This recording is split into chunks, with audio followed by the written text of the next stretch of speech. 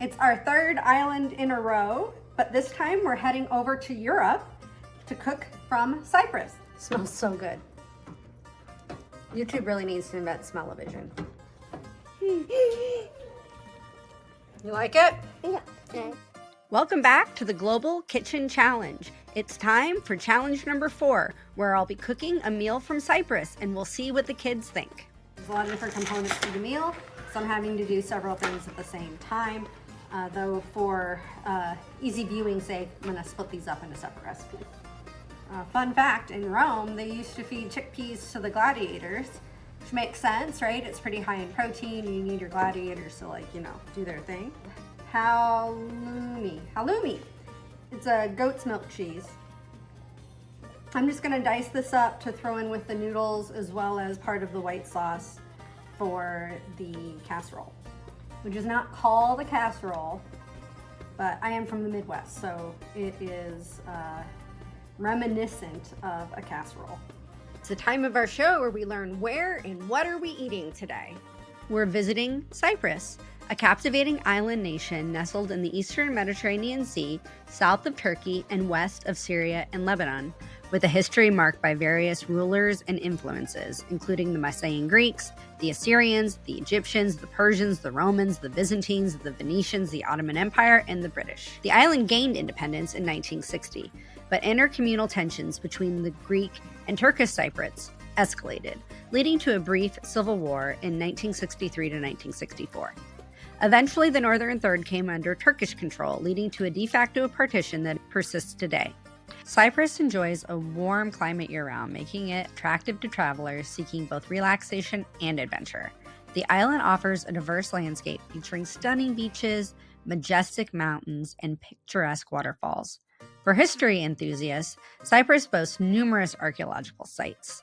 Our menu for Cyprus starts with the Cypriot Village Salad, and then we have hummus. You'll note it's spelt a little bit differently than you might be familiar with. And pita. We have some grilled halloumi cheese and some pastitsio. We're gonna start with the homemade hummus. Hummus is pretty simple to make. It's just tahini plus some chickpeas, plus some garlic, plus some lemon, and of course, olive oil. So in tahini, it's just ground sesame seeds. Obviously, if you have a sesame seed allergy, you can't have this. Just like homemade peanut butter, the top is a lot more oily. So I'm needing to stir this up because if I were to just dump out the top bit, it would not be the right consistency that I need. So in addition to the recipes on my blog, you can see the relative plan for what I did for making all these components come together at the same time. I like to do that when I'm making several different components because the worst thing to have happen is have one thing ready and an hour later the next thing's ready, right? It does take planning. That doesn't just happen, especially when your meal's a little bit larger. It's something you haven't cooked before. I have a saying that I tell my team at work. It's from Mike Tyson, but everybody's got a plan until you get punched in the mouth. It's a little bit how it is with plans with cooking, but we try our best. Absolutely adore my immersion blender. You can use it for so many things. I don't even have a regular blender right now. I'm going to use a standard blender, perhaps a food processor. I am a fan of garlic. Anything that has garlic in it is a win from me.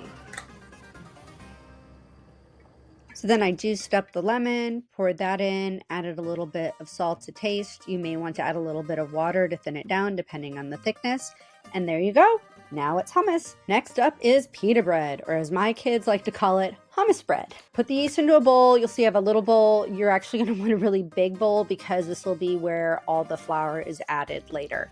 So you're going to do about a couple tablespoons of flour, a tablespoon of sugar, and enough water to make a thick batter with that yeast. Let it hang out and bubble for about 10 minutes. If it doesn't bubble, that means the yeast is not active, so you need to start all over with different yeast. Once the starter bubbles, you're gonna add the remaining flour, the olive oil, salt, and you're gonna stir it up. You're gonna add water gradually and knead it to form a shaggy dough. This into my stand mixer and let it do its magic. 8 minutes later. See, it's quite a bit different consistency than it was when it was in the other bowl. What we're supposed to do is wet it with about another tablespoon of olive oil and then let it proof for about 2 hours until it's doubled in size. Remember its size now, and you'll see it again in a little bit. Hopping forward 2 hours later. Here is the pita dough. It is definitely doubled in volume. It smells amazing. It's a little bit wetter on the bottom than on the top. That's all right. I made a recipe and a half, so I'm going to divide this into 15 pitas. I'm going to bake it in the oven for 400 degrees for about 5 to 10 minutes. Next, we're going to make the Cypriot Village Salad, which just has romaine greens, red onions, tomatoes, feta cheese, and maybe some black olives. So it sounds amazing. I'm doing about half the recipe because it's just 2 grown-ups and 3 children, so I don't think we would eat the full recipe. But I am going to add in an entire cucumber because my kids really enjoy cucumbers and they may just pick that part out. I love when my kids pick the cucumbers out of salads because they feel like they're getting away with something, and I'm like, sure, you're eating a vegetable, I'm thrilled. Please eat whatever that salad you want. I am definitely a fan of feta cheese. I love how salty and briny it is, and I think it adds great flavor to a salad. For the dressing, these old baby food containers come in handy. Equal parts vinegar and oil, dash of salt. There we go, nice little vinaigrette. Smells great. Now we're going to talk about the Pastitsio, which, as you can see by the list of ingredients, is a little bit more complicated than I was expecting. The image you see is only the pieces that I used for the pork. It doesn't even include anything for the white sauce or the pasta. The noodles have been cooked up. I drizzled them with a little bit of olive oil to help make sure stuff didn't stick. Well, I was so concerned with trying to get the mince started cooking that I missed a step. I was supposed to saute the onions and then do the ground pork. So I'm just gonna saute the onions on the side and add it in while this is cooking down with the wine. So this is actually one of my husband's favorite wines. So we'll see what he thinks about me putting a cup of it into the cooking.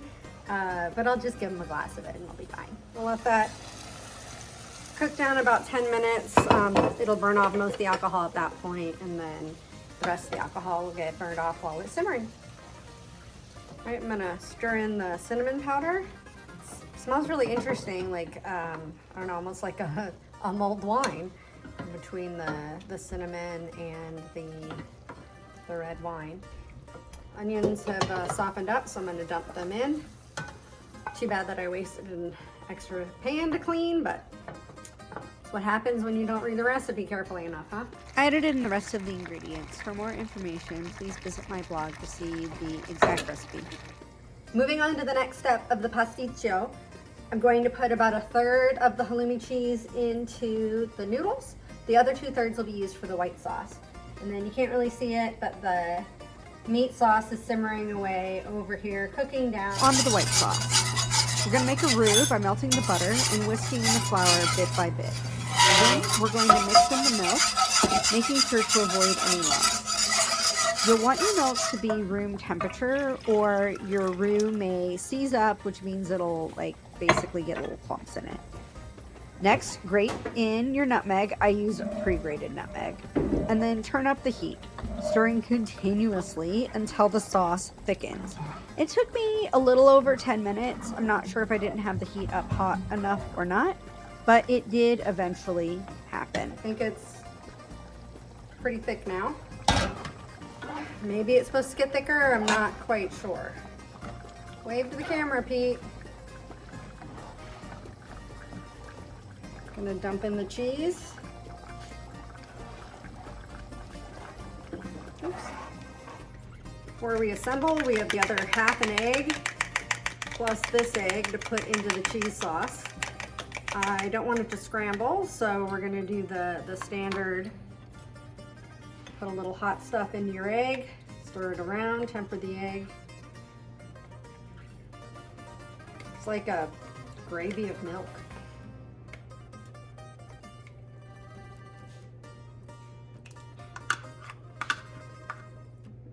Stir this in quickly, make sure it doesn't scramble. And now we're ready for Pastitsio assemble. We're gonna go red sauce, noodle, white sauce, red sauce, noodle, white sauce, ending with the white sauce. The red sauce reminds me a lot of like just a standard ragu. It's very similar to it, just with the cinnamon flavor. Oh, it's heavy and it's beautiful. Well, now that's gonna cook for 45 minutes, so it gives me plenty of time to tidy up the kitchen. Grilled halloumi cheese is super straightforward. We're just gonna slice the cheese into little sticks. We're gonna fry it in some olive oil and then squeeze a bit of lemon juice on it at the end.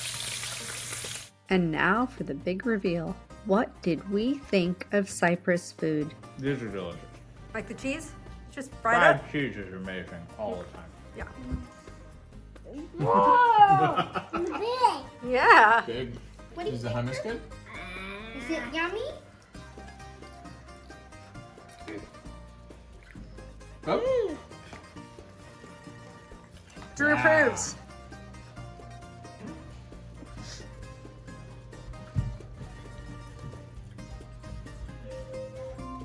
You like it?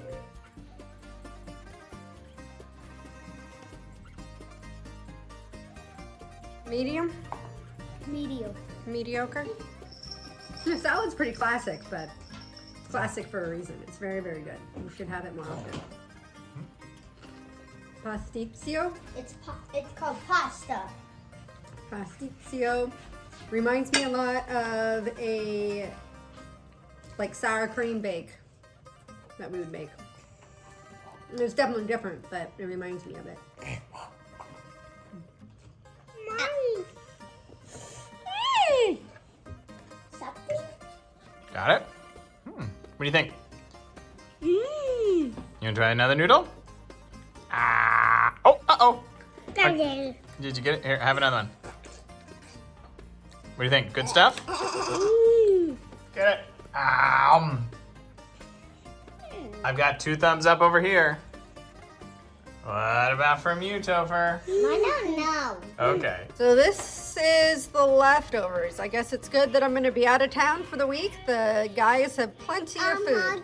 Huggy. You need a huggy? Did you like the food? Yes. Mommy. You liked the pita? No, this bread. You like the bread? That's pita. Thanks for coming into our home today and watching our video. Subscribe to keep up with where in the world we're eating next. Thanks!